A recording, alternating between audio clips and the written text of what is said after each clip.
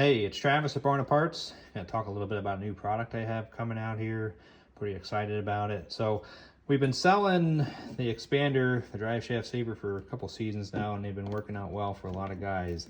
But the biggest drawback of it is if you have a worn shaft, as you can see here, it's not going to be able to overcome that, and you're still going to have a sloppy fit up, even if you put a new bearing in there. So what we've come up with is an extended race bearing, essentially.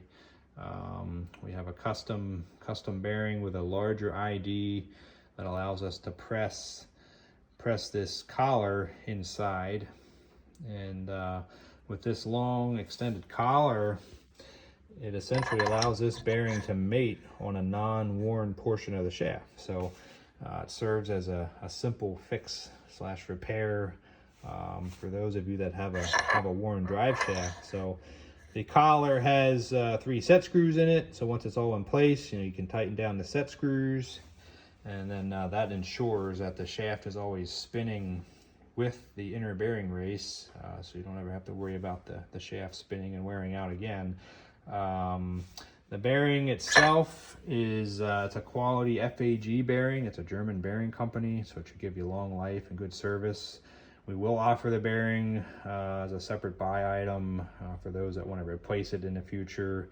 As long as you have access to a press, you can just press the collar out and then press it into a new bearing. As far as installation goes, the one thing you're going to have to do is remove there's an inboard clip here, such as this guy here. That has to get removed, and then the other thing you've got to remove is the debris shield, which has a seal in it. So typically what I suggest is just work that seal out and just take a tin snips and just cut it, because most of you are going to be putting this in and you're not going to be removing the drive shaft, so you want to just cut that seal so you can get it out of the way and get it off. And then you can just leave this housing in place, or you can actually just cut the whole thing off too if you want.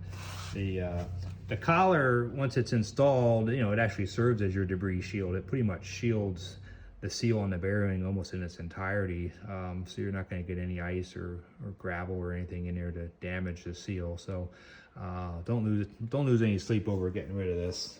But if you're a little anal about things and you really want to keep this, we did machine that collar to an OD that's a standard size, so you can just pick up a seal with a larger ID, and you can actually retain all this.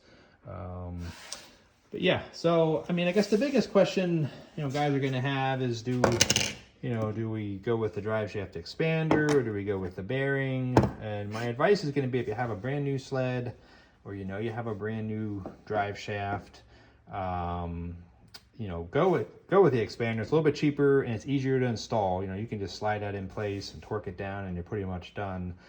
The bearing replacement's a little more involved. Most are going to probably remove the caliper, and sometimes bleeding can be a bit of a pain.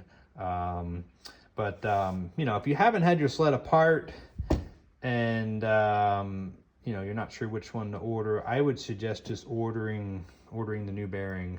I would probably say 70-80% of these sleds that come apart, the shaft already has wear. So if you go with a bearing, you're gonna have a fix. It's definitely gonna work and address your issues.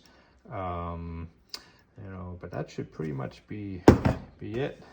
If you've got any questions, don't hesitate to reach out to me. Thanks.